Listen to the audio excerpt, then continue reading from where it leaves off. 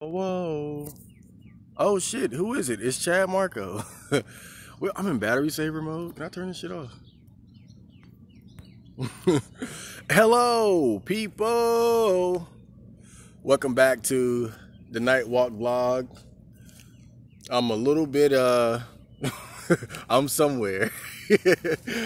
I'm somewhere. I'm not at home this time.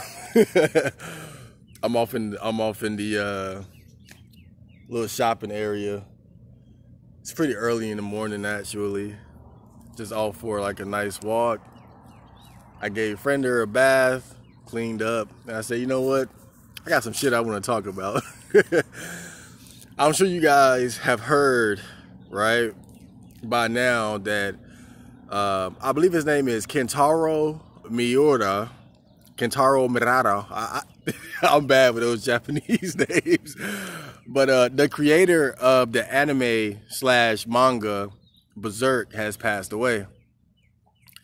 And it's very unfortunate because Berserk, as of now, is an unfinished tale that many anime fans across the world are heavily invested in.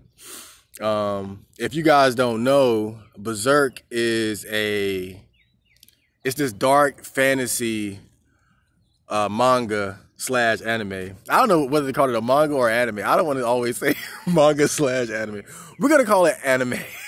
Fuck the manga for now. We're gonna say it's a dark fantasy anime about this big, strong, upset warrior named Guts who's traveling the world, slaying demons, trying to help his girlfriend or lover regain her sanity and memories, as well as to defeat his arch nemesis Griffith, who raped said girlfriend / lover and killed all his friends, betrayed their little band of warriors and whatnot.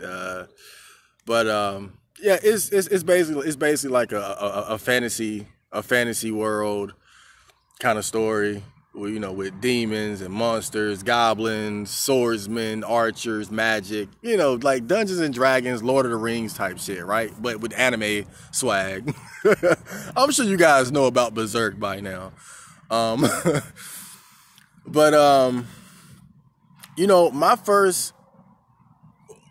my first introduction to Berserk was actually the Dreamcast game. Berserk had a Dreamcast game. I never played it, but I always remember seeing it and being like, oh, that looks kind of interesting. And then I looked at the gameplay footage. I was like, nah. But everything that I saw of Berserk up until when I finally watched the anime, I think, what was it? When did the anime come out? Not the new one, and not the movie, but the first anime that came out. Put your glasses on. That anime. But before I actually saw that, I had everything that I saw of it. I always thought, oh, this looked like some generic, like hack and slash action anime, like just some dude with a big sword running around killing shit. I thought it was like some simple, like action shit. Then I watched it and I was like, whoa, I was blown away. I had no idea how good the story was. What really captivated me about that anime was the storytelling and the plot. I mean, the action was solid. The action was good, but really the action was secondary to the story. That's what really had hooked me. And I just remember being so blown away. And my friends like anime, and I watch more anime than they do. Like I really get into it, like a little bit too deep. Well, I used to. I don't watch as much as I used to, but I know something is good when I recommend it to my friends, and that was one that I recommended to my friends, and they all loved it. Like I always recommend the best anime to my friends, and they loved Berserk. They loved Gurren Lagann. Like anything, I only recommend the heat. And I knew when they liked it, that was like the seal of approval right there, man. But Berserk, man, definitely one of my one of my favorite anime series or manga series. But it's so unfortunate that Kentaro Miura has died, because now the story is pretty much left unfinished. Like, there were so many people invested in trying and wanting to see how Berserk, like where that story would go and how it would conclude. Like, it just feels like there's so much unfinished business there. And I was looking at a thread, and somebody had suggested the idea that perhaps Kentaro had already laid out some notes as far as detailing where the story would go, you know, the important plot beats and how it would conclude, because he had a team that he was working with to help accelerate the process of putting out chapters. So they would know better than anyone else, like, where he wanted the story to go and whatnot. But honestly, unless he left like a detailed, like straight up a notebooks just cut and clear. All right, Guts does this, then that, then the third, and boom, bam, boom. Unless that's there, then man, it's not gonna really matter if someone picks it up or not, because, you know, the way anime fans are, we don't give a fuck about nothing if it ain't made by the original creator. That's just the way we are. We don't give a shit about nothing. If it's not, if the original creator isn't involved, we don't give a shit. We don't want to hear it, you know. And I think that's like a big part of why a lot of people weren't receptive to Dragon Ball GT. I know GT sucked, but honestly, if Akira Toriyama was actually attached to that project, I think GT would be a lot more well received than it is. I mean, look at Dragon Ball Super. Dragon Ball Super is not great. It's not. But we fuck with it because it's got the Akira Toriyama stamp of approval, right? And so now that Kentaro is dead, there's no way that anything Berserk related is going to have that stamp of approval. It would never be accepted as canon by the fans, again, unless he left detailed descriptions of where he wanted that story to be. Like, unless he went ahead and wrote a Berserk novel just in case he died, man, I don't think we're ever going to get that satisfying conclusion to Berserk, man. And it's crazy because the thing about Berserk was always notorious for being one of those anime or mangas that was at a perpetual standstill. Like, the way he always released chapters so slowly. It's really an old ass manga, and it doesn't make sense why this story has not been completed. Why people for so many years were waiting for Guts to get off this island or for Casca to get her memories back and shit like that. I mean, people waited for years for just the tiniest bit of plot development, and now it's pretty much all over. But we can only hope that perhaps he left, you know, enough notes for his team to keep things going. But still, it's not going to be the same. It's not going to be the same. It's just not going to be the same. But I think, if anything, though, I hope this is a wake-up call for the mangakas. I think that's how you pronounce it. Mangaka. The comic book artists. I hope this is a wake-up call for them, though. Like, hey, man, look, you might want to hurry the fuck up.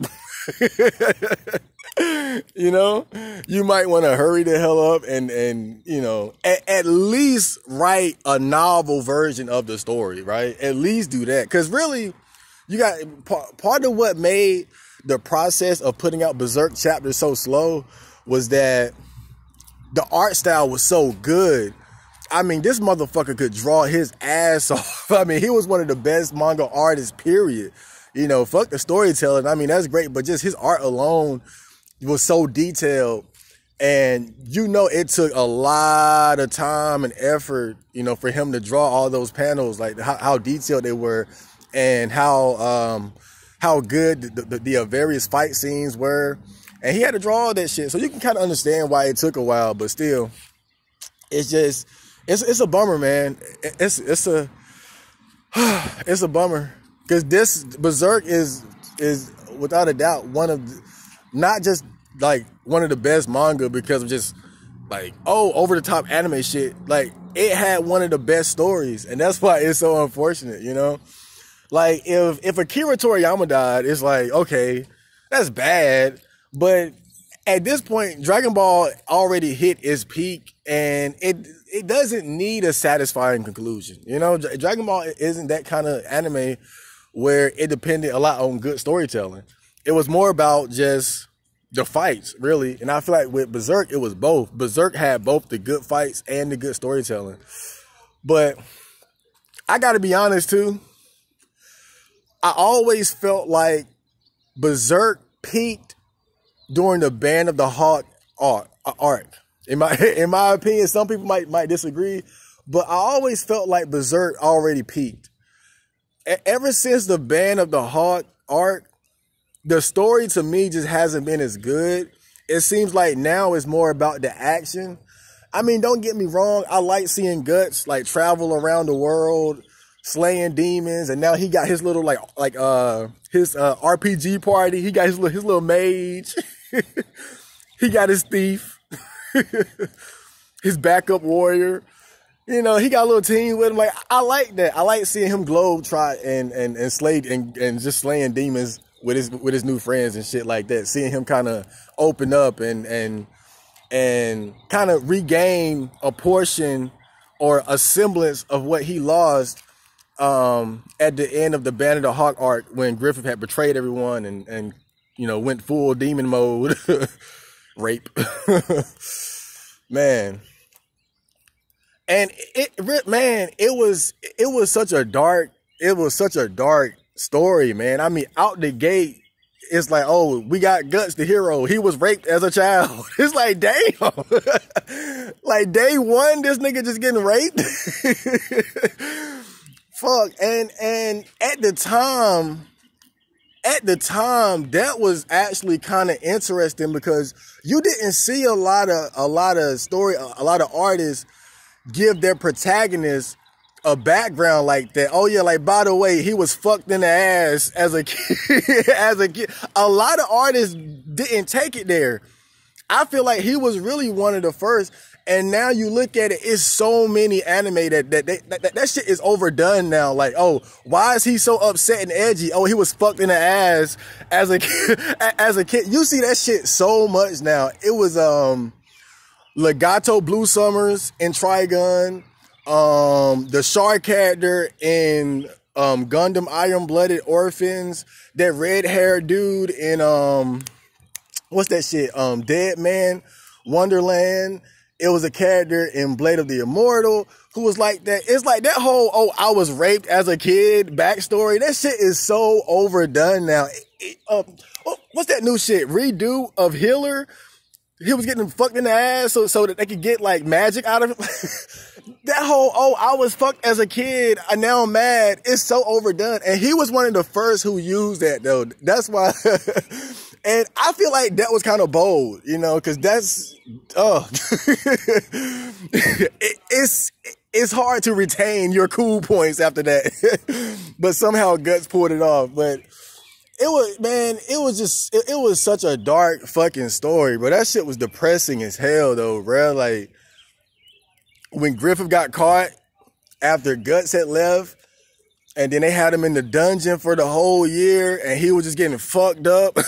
He was just getting tortured. I mean, damn. They found him. This dude was like a shell of himself. He couldn't walk. I think they cut his tongue out and shit. Damn. That shit was just so dark, man. And I feel like also it was the relationship between Guts and Griffith as well. Like, that sort of bromance that they had. Like, that's another thing that was special about that anime. And that's not something that's really uncommon, but I think that he did it real well, because when you see how close they became and how they came to trust each other, and I feel like the moment that really expressed that the most was when Guts wanted to leave and Griffith wouldn't let him go. He was like, "Oh, you're gonna have to fight me. You're gonna have to fight me." And then Guts like defeated him just like that, and then he just walked away. And then Griffith was just like that one, like that's the moment that really made Griffith become unbalanced and made that mistake fucking the king's daughter that led to him being in the dungeon, and then it was all downhill from there, but it's so many good aspects. It's so many good aspects to like that manga and that anime and the overall story, man. The relationship between Guts and Casca, the way she was so tsundere towards him in the beginning, and then she eventually, she opens up her feminine to his masculine. She was a masculine ass bitch, and it took a stud like Guts to get them legs open. But yeah, I mean, just how the various relationships that Guts had, with Casca and Griffith and the other members, and how it just over time had developed. I mean, just good ass storytelling, bro. I mean, that early part to me is just the best, man. It's some of the best anime you could possibly watch. But still, we may never see that satisfying conclusion, that ultimate battle between Guts and Griffith, I guess, is something that's going to always elude us. But, what can you do? What can you do? I might go back and watch the anime and do a review of it over the summer. I don't know though, because it's so depressing. Like that's one of those shows that's like, it's so good, but it's almost too depressing for me to watch again, because it's so dark and it's so much death and rape. God damn, dude. That's a great but depressing ass story, bro. But we love that shit. Rest in peace to the OG Kentaro Miura. And again, I just hope that mangakas in the future see this and say, "Damn, I need to wrap this shit up." I hope who's the One Piece guy? I hope he got a novel on the side or some plot lines that he done etched out, got in a notebook somewhere. Like I hope he know what the fuck One Piece is before he die. Like at least like oh look, I'm on my deathbed. Let me go ahead and tell y'all what One Piece is before I'm gone. And another one that kind of worries me is Hajime no Ippo. That's another one that kind of worries me. That's another manga that's been going on for years, and it's still going. And there's so many like major things that haven't happened yet, like Ippo versus Miyato, or Ippo getting the world championship from what's the guy name? I think his name is like Mendez or some shit. Why is it always a tough ass Mexican who's the boss in these boxing animes? It was the same thing in Ashita Nojo. But man, shit, I just hope that these guys see that and like, yo, I need to really, plan ahead, cause really he wasn't that old. He was like what, 54? So he probably won't even worry about that shit. I'm 54. I'll be dead by like 75, 80. Nope, you're gone. Ah, shit, man. But I'm about to get the fuck out of here. I'm about to fade into the darkness to where you guys can't see me. Hope you guys enjoyed this little talk we had. And Johnny.